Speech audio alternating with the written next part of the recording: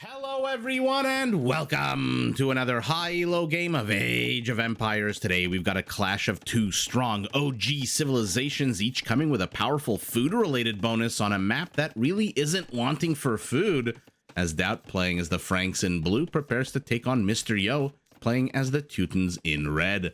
Now the players heard their herdables explore their immediate shrubbed surroundings because we're on Shrubland today, and try to get their butts up to Castle Age because we're in Empire Wars mode. Why don't we take a look at the Civ matchup we'll be watching today? Kiss, kiss, fight, fight. Little bit of kissing, little bit of fighting. The scouts attack, and the scouts disengage. So, okay, not a bad time for us to look at the Franks, the OG cavalry civilization, harkening back all the way to the original Age of Empires 2, the Age of Kings. Their knights come with extra line of sight. All of their mounted units get 20% extra HP starting in Feudal, and their stables can be upgraded to work 40% faster. Now, to support their cavalry, the Franks can turn to their unique unit, the Throwing Axeman, a ranged melee unit who, as it sounds, throws a giant axe at its opponents. In order to train as many of these as possible, Frankish castles do cost 15% less stone in Castle Age and 25% less stone in Imperial. Now, economically, the Franks get two food-related bonuses since their foragers work a little bit faster than normal, and they get all mill upgrades for free. Keeping along the thread of food-related bonuses, let's take a look at the Teutons, a brawler civilization. All units from their barracks and stables come with extra melee armor for free in Castle and in Imperial. They can upgrade their siege units to get a big melee armor boost, and their unique unit is the heavily armored Teutonic Knight, a super slow but ridiculously powerful infantry unit. Now, both Teutonic towers and their town centers come with extra garrisoning room, and the Teutons get both murder holes and herbal medicine upgrades for free, which means they can heal their units lightning fast while protecting them inside their powerful castles, which, by the way, can be upgraded to fire extra arrows when garrisoned by infantry of all things, and also +3 range. By the way, speaking of healing, Teutonic monks can heal injured units from twice the distance of normal monks, and economically, the Teutons should have absolutely no problem keeping up with the Franks in terms of feeding their population, since their farms come in at a 40% discount, which explains why our Teuton has a significant amount of farms here to the 3 of the Frank. I mean, this is a huge disparity. Although, to be fair, I put it to you in the comments, are we expecting to see any farms out of the Frank at the moment on this map in particular? I think I've said it before, because their foragers do work 15% faster than normal. I believe the gathering rate of berries, and by the way, my favorite lemon bushes with the pretty blue butterflies, I believe that their gathering rate is actually faster than a generic farm gathering rate. And so, on the one hand, you have a lot of berries and shrubs on this map, and by the way, we've got our first kill of the game, as GL.DauT guns down a spearman who thought he could take on 4 Frankish scouts in the Feudal Age with 20% more HP, but he was absolutely wrong, as a couple of spearmen now for our Frank are trying to zone out this Teuton army. So again, is it better for the Frank to go pure berries? Because take a look at the map, we're on Shrublands. It's called Shrublands for a reason. There's a lot of shrubbery on this map. On the other hand, they do get the mill upgrades for free. So it kind of disincentivizes the shrubs. I don't know what the answer is. These mills only cost 100 wood. And so a farm at 60 wood? I really don't know what the correct answer is on this map. I would imagine if we're going for pure speed of gathering, it would be the berry pickers as opposed to the more lush farms, since they get those mill upgrades for free. Oh, GL.DauT trying to viper out the Teuton army, but he fails at it. And now the Teuton army is here. Ooh, though, this is a bit of a death nook for our red scouts. Okay, GL.DauT evens up the kill lead for about a second here as his army now gets attacked, even though he's ahead 3 kills to 2. It is our Teuton who actually has villager kills, and now these scouts are trapped. They get another villager.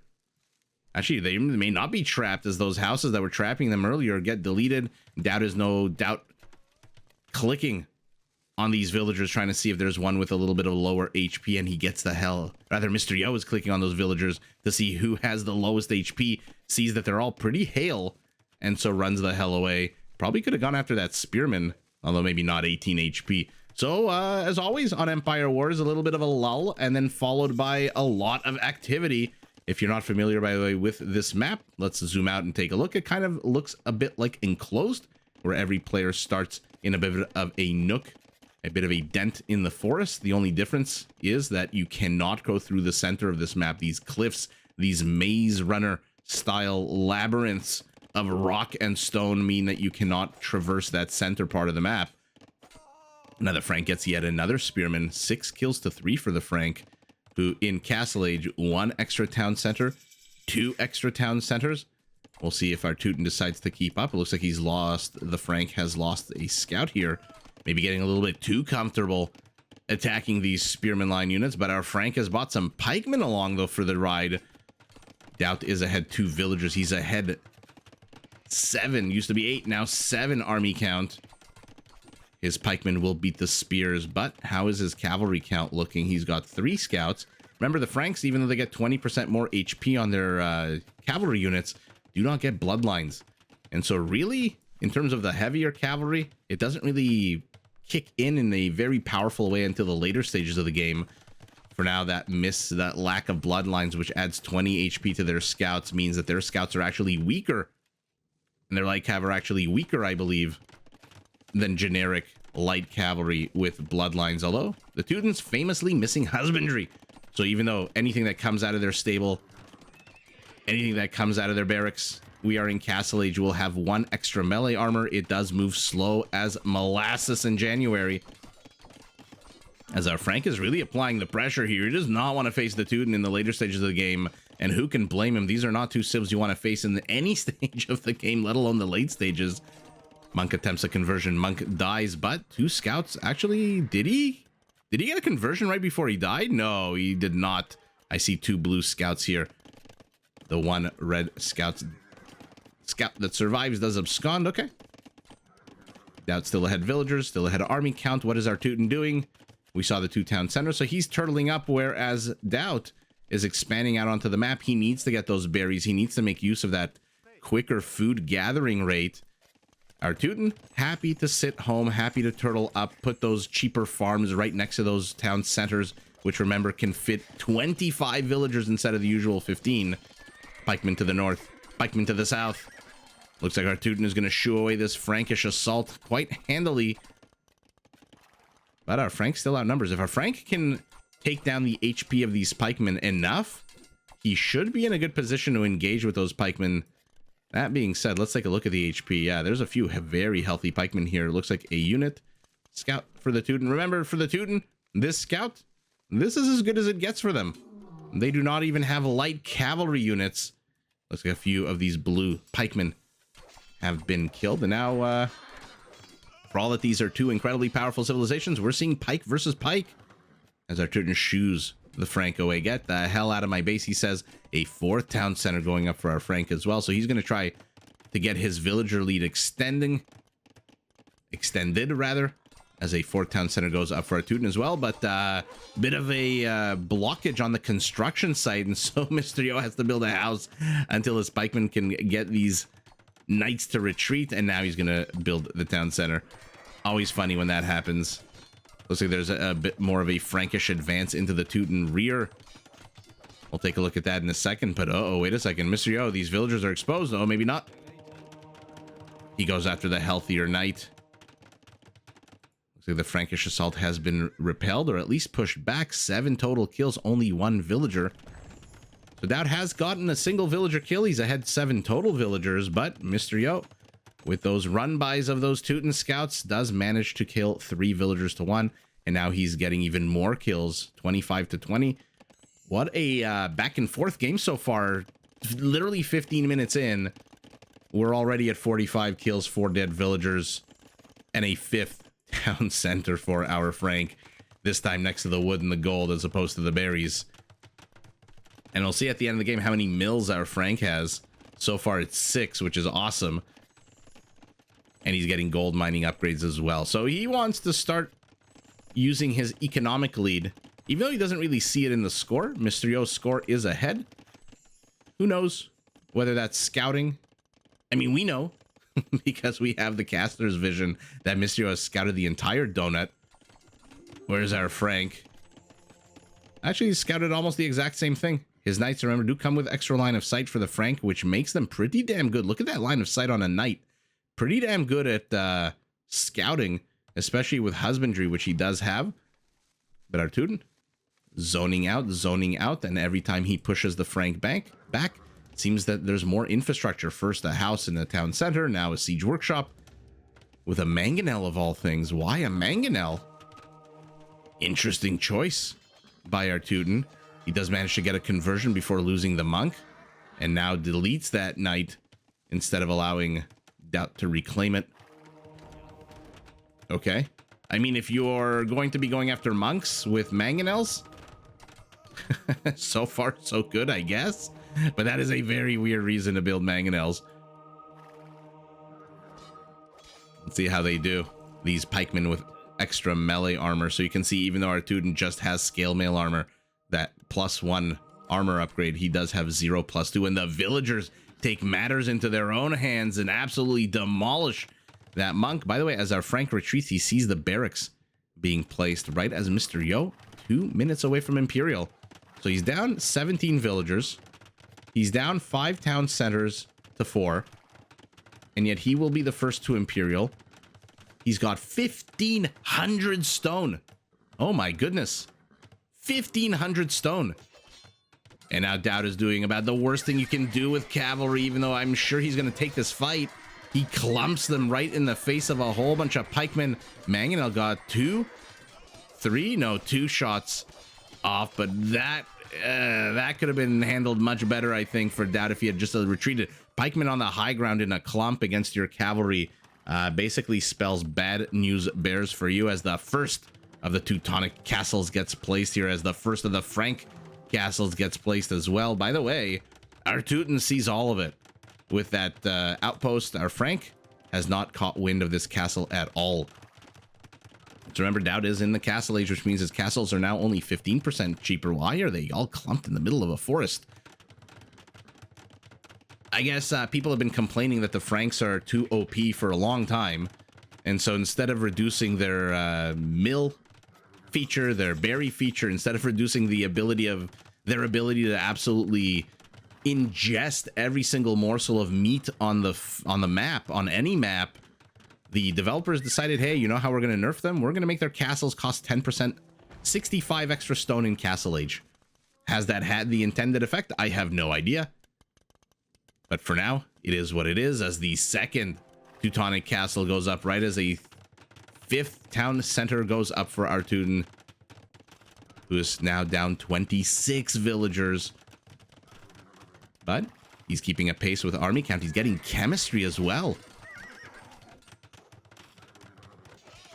DauT sees a Treb on its own, but the maneuvering of the Treb runs it through a whole bunch of pikemen, and what an absolute disaster for our Frank, who loses so many units, but out come the throwing axemen.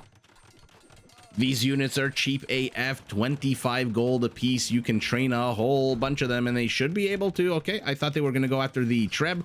Because they attack with a melee attack and not a pierce, the Treb's armor of 1 does very little to stop it from dying. And now the Franks are here. 10 villagers. Not too sure why she didn't go into the town center. She's probably going to die. No. Oh, pop in, pop out, pop in, pop out. These villagers. And honestly, knights against town centers full of 11 villagers probably shouldn't be sticking around. Knights, as powerful as they are not that powerful that they can take all those multiple arrows. We'll see how these knights fare against the pikemen that are chasing them, as Mr. Yo gets even more stone. Let's pivot back here, where Mr. Yo, the only one in Imperial at the moment, has his Treb out. DauT with 6 villagers repairing. In Imperial Age, 488 is the count of stone that you need for a castle, so he has just denied himself a castle, even though he's got 23 villagers on stone. Why is the stone not right? Why is the stone count not going up if he's got 23 villagers on stone? Make it make sense. He has, by the way, expanded completely to the southeast of the map. Beautiful maneuvering. DauT is just gobbling up resources. I'm very curious to see at the end of the game total resource count, but it feels like the Frank is just gobbling up huge swaths of the map. And now he's an Imperial. Now his castles are cheaper. Immediately places one in a very defensive position. And he's going Cavalier. Let's see it. Let's see Frankish paladins take on Teutonic paladins. One will come with 12 extra HP, which doesn't sound like much, 180 to 192. The other comes with 2 extra melee armor. I mean, there's absolutely no indication that Mysterio is playing any kind of paladin play right now. He's good, still has just his one stable, but I can dream, can't I? Instead, he is going meat shield and hand cannoneers, which, by the way, are absolutely wrecking these stationary throwing axemen who are just sitting back and taking it. A couple of pikemen see the move out of the knights. The knights see the move out of the pikemen. Another Frankish castle being plopped down in the eastern part of the map.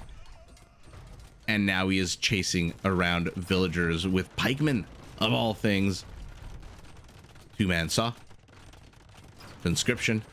So the players starting to get their economies, their militaries to where they want it, where they want them to be. I hope that means we're going to get to see some big old military engagements instead of the 5 or 6 or 8 units, but honestly 8 Frankish cavaliers. Right now, if you take a look at their stats, the cavalier really does only come with 4 extra HP. So their knights in Castle Age for the Franks, because they don't get bloodlines, they go from 100 to 120 HP, which is basically a knight with bloodlines. Then the cavalier gets a little bit of a boost. Any normal cavalier comes with 120 HP, and then bloodlines adds it to raises it to 140, and the Franks get 4 extra HP. It's really, like I said, late game where they start to shine with that bonus, where the paladin comes out with 12 extra HP. But that is neither here nor there. One player red is demolishing the infrastructure of his opponent. One player blue is absolutely gutting the economy of his opponent. But Mysterio, he's not down 27 villagers anymore. He's only down 14 after taking an absolute beating here. That being said, Mysterio is also killing a good amount of villagers. They both have 27 villager kills apiece. And DauT may have overstayed his welcome here. Gonna get another villager here. He's gonna get another villager there. But now the halberdiers are out. Halberdiers, remember, with 2 extra melee armor. DauT does have Blast Furnace. I love it. He gets cleaned up. His cavaliers are taking on the town center. But again, a town center full of 19 villagers. Look at the HP. 106, 91, 15 HP dropping every single volley of arrows. It is ridiculous. But you know what's not going to help is this big fat Frankish castle. Let's take a look at the progress of our Teuton, by the way, who has cleared up the entire western portion of the Frankish settlement. Whose trebs are very exposed at the moment. Conversion attempted by a monk who is light years away, 1 treb down. Funny stat, when they pack up, their melee armor actually jumps from 1 to 2. So they're actually 100% more armored when they pack up and roll out. Autobots, roll out, says Mr. Yo, who kills the last of the Cavaliers. Why did the Cavaliers not go after the trebs? Why didn't they keep going after them? They wanted to go after the monk. They want to go after BBCs, I guess. And Mysterio shooing away more with his pikeman units, his halberdiers in this case. He's going to be so annoying trying to get DauT to not be able to complete this castle. By the way, this castle has gone up. And so it is firing. No ballistics for our Frank. So it is firing and it is missing. It looks like the hand cannoneers clear out those 2 trebuchets. And now Mysterio takes a bit of a breather with 1 converted cavalier because he is microing his heart out down to the east of the map where he wants to stop this castle from going up. But we've got Army Group East for our Teuton. We've got Army Group West for our Teuton. He's down 6, now 5 army count. He's down 20, 22, 21 villagers, depending on when you look up at the screen. And Mysterio has actually killed more villagers than DauT this time. Treb unpacks, begins firing his fiery balls, and there is crenellations. So now when Mysterio adds Teutons, oh my goodness, adds infantry to his castles, they will fire extra arrows, and in 15 seconds, let's keep an eye on this red line. Watch how far it moves out. It is going to be absolutely epic to watch this ridiculous 13 range castle. Oh my goodness. I guess 12 now. He doesn't have Bodkin yet. And there is the Paladin upgrade for our Frank. I mean, the Teuton's dead, right? Hand cannoneers against Frankish Paladin. But wait a second. Out of the 1 stable that he's got. Oh, let's see it. Please. You know, there are people that believe you can manifest, like the secret, what you want. You just imagine it in your mind's eye. You say the words. You gather your willpower. You create. I want to lose 5 pounds. Well, in my case, I probably could afford to lose a little bit more, but I want a better job. I want a nicer car. It's usually material things. It's never like I want to be content with my station in life and find happiness in things. But let's see it. Oh my god, I did manifest it. I manifested it. I have magic powers. The only caster of Age of Empires in the world who has magic powers, by the way. I am, of course, going on a completely nonsensical rant as our Frank now has paladins. Let's take a look at the upgrades. We saw fully attacked and fully armored, 192 HP. Our Teuton, also, by the way, fully armored and fully attack upgraded. And now we're seeing hand cannoneer versus hand cannoneer. Numbers here going to our Frank. Position on the high ground with a castle behind it going to our Teuton, which explains why there's about 12 dead hand cannoneers for blue and only 3 for red, even though he was outnumbered like 2 to 1 over there. Oh no, Mr. Yo can't defend against a single bombard cannon, which is probably going to get all 4 of the trebs. It looks like he's gotten 2 already. Another monastery falls, another castle falls, and now this is why you can't just go gunpowder on its own. They fire so slow. 15 seconds away from paladins. Oh no, Mr. Yo's got 1 unit, 1 cavalier. Is that still just that? It's still the converted cavalier that is not going to become a paladin, by the way.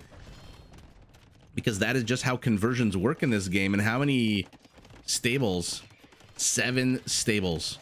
Now, I did not see if our Frank got chivalry. Unlike the Goths, unlike the... I guess Goths are a good example. Whose barracks work...